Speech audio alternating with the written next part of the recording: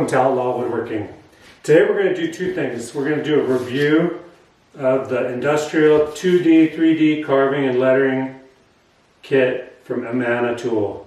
And this kit is an 8-piece CNC kit, AMS number 136. And yeah, let's open it up. Now we're going to do two things today. This is a high-end router bit set, and I needed to get something.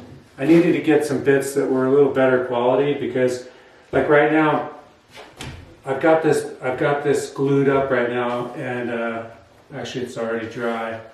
And what I want to do is, I really want to do a nice shop sign with a 3D deer in the middle of it. And in order to do that high quality 3D, I needed some better bits, and I needed to make sure I could get access to the tool database to be able to upload it in my computer.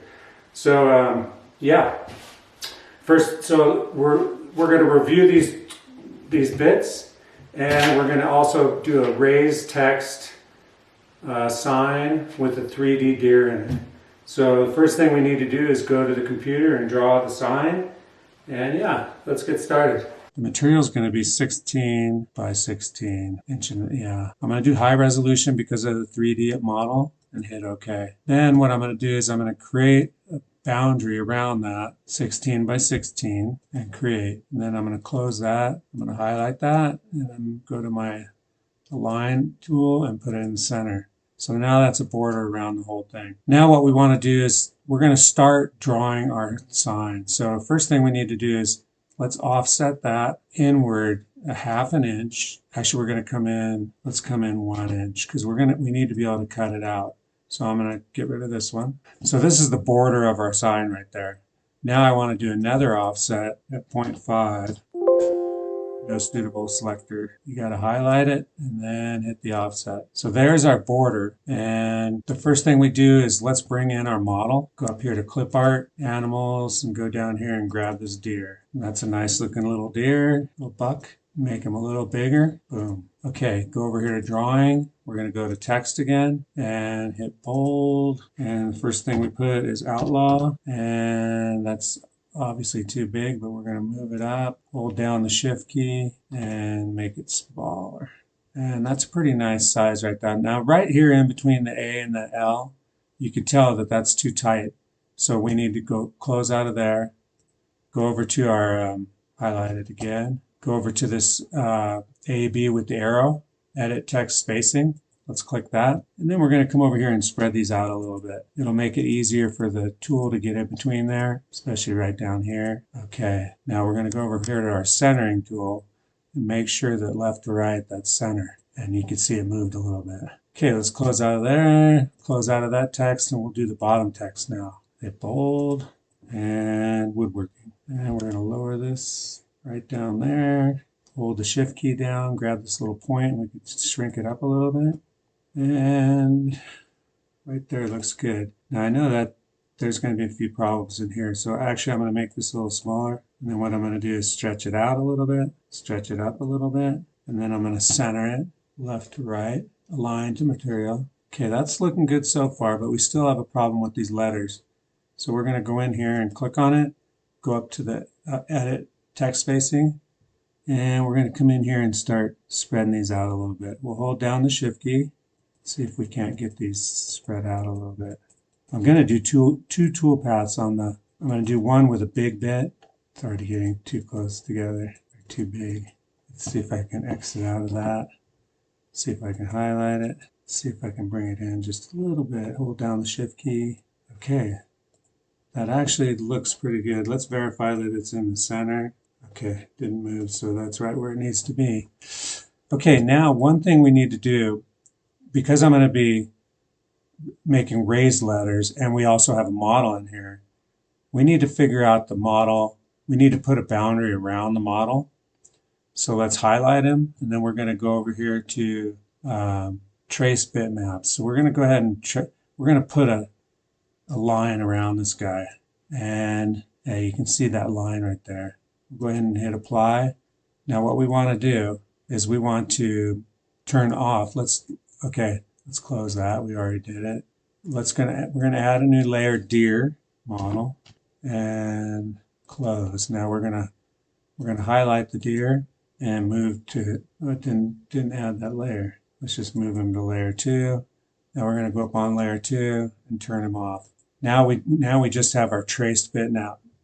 Now what we need to do is go in here and we're gonna highlight it, we're gonna ungroup it, and then now we're gonna come in here and get rid of stuff. Because there's a whole bunch of extra stuff in here that we don't need. And you kind of got to zoom in and look around. Actually, it doesn't look bad. Okay, so we have everything now. Now we need to go in our tooling. So we're going to come up here and hit this little arrow.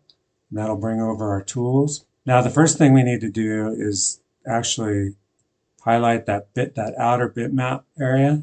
And then we're going to highlight the Outlaw Woodworking, and then this single border. And then we're going to go ahead and create a pocketing toolpath. Now I'm going to do, we're only going to do, actually the depth, we need to figure out our 3D model. So if we go to the model, let's click out of here for now. We'll go to the model, and height is 6.72, model position and material, gap below model 0.95. Model thickness, okay, here we go, 0.2963. So we need to write that down, 0.2963. Okay, material setup, we're going to leave everything just like it is. We might have to change the thickness later, but we'll get to that point later. Okay, so now we're back here. We want to add a tool. So we have an 1/8 inch tool right there, which we're going to use, but we need to add a bigger tool because there's a lot of stuff in there. And I'm going to use, now the new amount of tools I bought are carving ones, but we're going to use a different bit for hogging this out from Whiteside. And let me check the model number. It is a RD5100, and it is a 1/2 inch spiral down cut. So let's go find that, and it's down here in Whiteside. Here we go, right there, Whiteside down cut spiral 5100, and we'll hit select. So now we have 2 in there. Now up here, our cut depth, that number that we just wrote down a minute ago for the model height, that's what we need. So we're going to go 0.2963, and that should be the same depth as the model. And we're going to do a raster, and all the rest of this stuff can stay the same. But first we got to highlight our items, hold the shift key down, get that outer one. Oh, and I see a problem right in here. We don't want this little piece here. So let's go back to the drawing and make sure we get rid of that. Click out of there, get rid of this little center one. Okay, back to Toolpath, and let's select hold the shift key down, select all our items. So we're gonna basically create 2 toolpaths, one with a big 1/2 inch bit, and then one with a smaller bit to get in the tight spots. And let's calculate, and let's preview.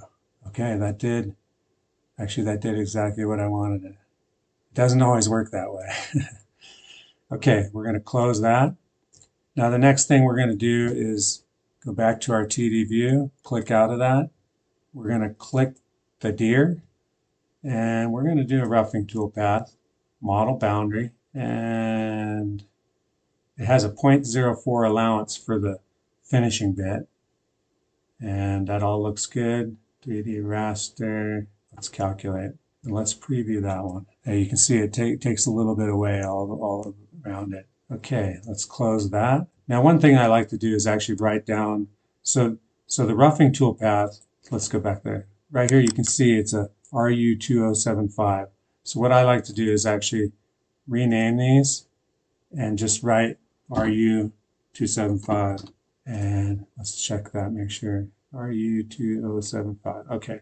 Same with the pocket. You can, if you put your RD1600. So we're going to go ahead and rename that, and we'll just put RD1600. And up here we have the RD5100. So we'll rename that RD5100.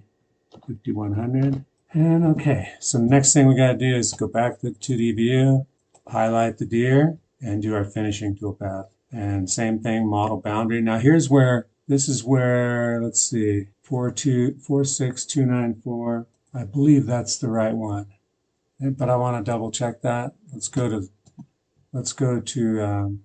make sure where that is. Now I'm going to go get my Amana toolbox. Here it is.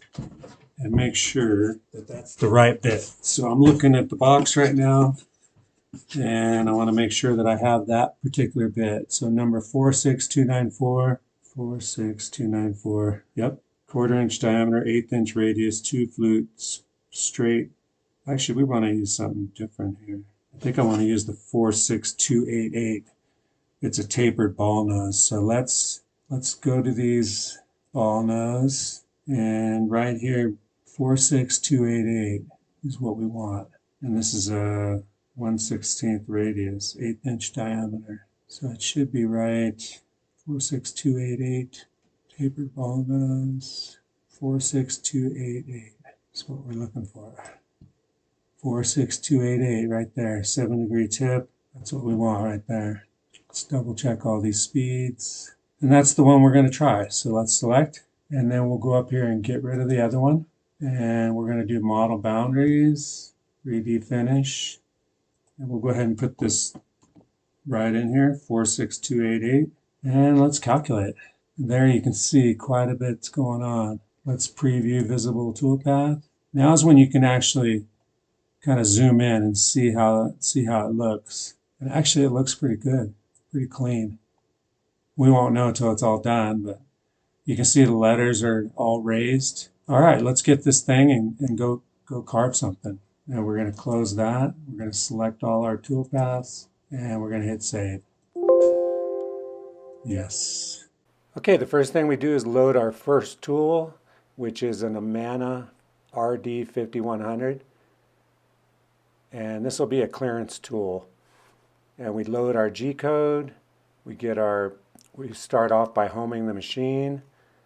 We then do the Z, XYZ touch plate. And this is a 1/2 inch clearing bit. And once we do that, we also test this, warm up the spindle, go through our checklist, and then we hit start. Spindle warm up takes a little time, especially if it's cold.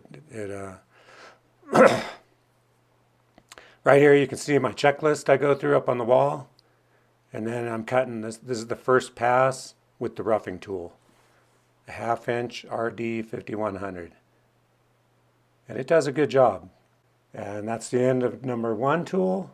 Remove that. The next tool is an RD1600. It's an 1/8 inch down mill, in mill, 1/8 inch. And you can see what it's going to do. It's going to go in around a lot of the stuff that big bit couldn't get to. We XYZ with the right size and run the program. Here you can see it's doing a lot more detail work where that big bit couldn't get into. Here's a different view from the GoPro. You can really see it starting to take shape. These first 3 bits, the first 2 were basically roughing toolpaths. And right now it's we just finished doing a roughing. Oh no, this is going to be the 3D roughing pass here coming up. And you can see, if you look at the G code in the right hand side, you can see it going around the deer. And we hit run. And that one goes pretty quick. This one will go a lot slower. This is the finishing toolpath. And this is R46288 from Amana. It's a tapered ball nose bit. We go through the same procedure and start. And here you can see this is the 3D finishing toolpath with the tapered bit. And you can see it just really details out the deer. So all in all, I'm really happy with the Amana tool. It did a really nice job, and I'm looking forward to using that whole set that I got from them. Now this 3D model could have possibly, it could have been a little better if the material thickness, I'm not sure if I had it exactly right. It could have been off by just a little bit, and that makes a big difference in a 3D model. But it did turn out, I was really happy with it, especially for basically, this is the second time I've tried to do a 3D model, and the first time was on a flag and it was a failure. But I thought this one was a success, and it, you know, my shop's kind of rustic up in the mountains, so this will fit right in. This is sped up 8 times, and there it is, done. I then load a program to do a profile cut, basically to cut out the whole thing. Do the same thing, XYZ, and run the program. I ended up only cutting it down, running the profile bit about 3/4 of an inch deep. It looked like the spindle was getting close to those clamps that I got there, so I just stopped it, and then just so I wouldn't make a mistake. That's why you kind of want to be paying attention all the time. I then take it over to my table saw and basically cut out the perimeter. It just seemed like that was a little easier than taking it down 1.5 inches through there. Once I cut the excess off the outside, I then take it over to my router lift and just run it around that thing and smooth it all out. I then get my sander and with some dust collection and some 600 grit sandpaper, and I just clean it up a little bit. Next up, I get some stain, and this is a light oak stain, and I proceed to put a heavy coat on this whole thing. And I left it on thick. I left it on really thick for a little while, and then came back and wiped it off. After letting it dry, I take some water-based polyurethane and apply a generous coating. And I did multiple coats on this thing. I really think it actually came out pretty good for my first attempt at the 3D. I then take it over to the CNC, and I proceed I'm going to cut some keyhole slots. And I designed these a while back for my flags, so I just run a new program and cut two keyhole hanger slots for the back of the sign. Here you can see the slots being cut out, and I changed the program to the next program to cut out the deep pocket. Here's a different view of cutting out the pockets, and here's a view of cutting the slots. Next up, I flip it over and install the keyhole hangers.